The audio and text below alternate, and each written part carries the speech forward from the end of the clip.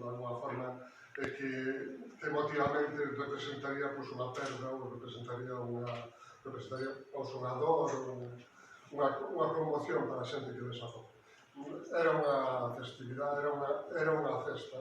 Isto está feito na Pobra do Caramiñal, hai a procesión dos cadeleiros, e ao principio, por bueno, estábamos ali, a todo o mundo andaba a súa eso, esta neniña chegouse a este cadeleito, a luz era increíble, porque nin que eu buscara un foco que enfocara directamente, entonces, pois, realmente que non había nada máis que disparar, a verdad que isto é eso.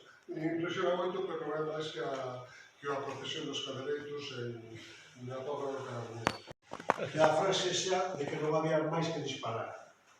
Esta é unha foto endemoniada, técnicamente endemoniada. Hai unhas altas luces e unhas sombras que non están empastadas, que distinguen ao técnico fotógrafo, porque en fotografía non só é ver, tamén hai que plasmar. Prosiga. Libro, a historia de como se chama da miña vida profesional como fotógrafo nos últimos 50 anos. Un resumen personal do traballo que pretendo pasar á xente que como un recordo e como unha imaxe miña. Onde empeza a fotografía e acaba a poesía, querido? Aí un principio é difícil de saber. A fotografía empezou comigo desde casi que nací. E a poesía tamén fixen unha historia de poesía onde aquí publiquei o que me mandan e pouco máis. Pero penso que tanto a fotografía como a poesía, ben levadas, son, ao final, saen no mesmo sitio, da alma, dos ollos, do espírito, e do que tú pretendas, de alguma forma, transmitir aos demais. É que vemos aquí nesta fotografía que é pura poesía, Otero. Hai moitas delas que son pura poesía. Nesa poesía vemos unha mirada ao futuro, a mirada á eternidade, como dice o libro de Parabéns, mestre. Grazas.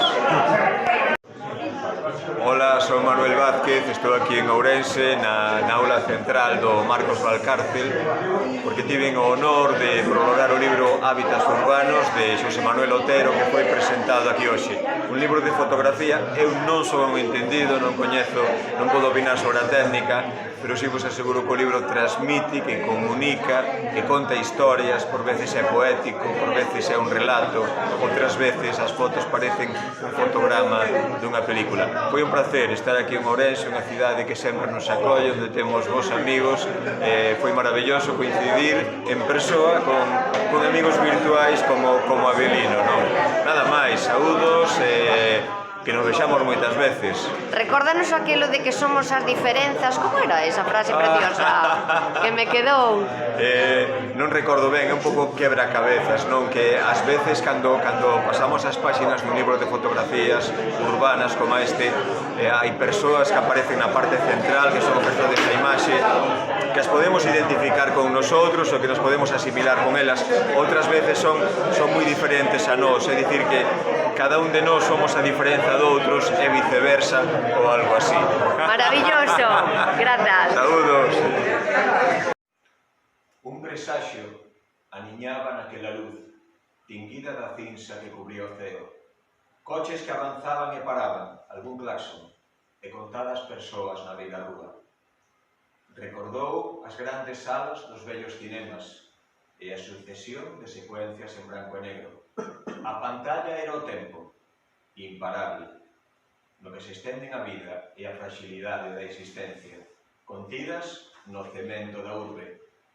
O fondo á esquerda, un grafiti, que nunca antes mirara desde este ángulo, e diante dele, a escasos metros, unha muller nunha moto, parada, esperando no carga e descarga, ausente do contexto, atenta ao seu teléfono, probablemente non escoitaba o zunzún do vento. Viu a fotografía e colleu a cámara coas mans. A oportunidade duraría poucos segundos. Emoción, certa adrenalina, antes de poder captar ese momento irrepetible, inexistente para os demais, arrastrados polo reloxo e a inercia da cidade. Zum, zum, zum. Na rúa cesou o tráfico, centrou a imaxe, o sinal do Museo Arqueolóxico á dereita, o sinal do parking á esquerda, o son breve, pouco intenso e metálico da cámara fotográfica. Clic. A rúa San Roque de Lugo continuaba ali, e outros coches, e outros días os mesmos coches, mas xa nunca podería repetir aquela foto, aínda que agardase paciente unha muller nunha moto. Esa é a foto, non sei se identificades co meu texto, en todo caso cada un fará a súa lectura, non?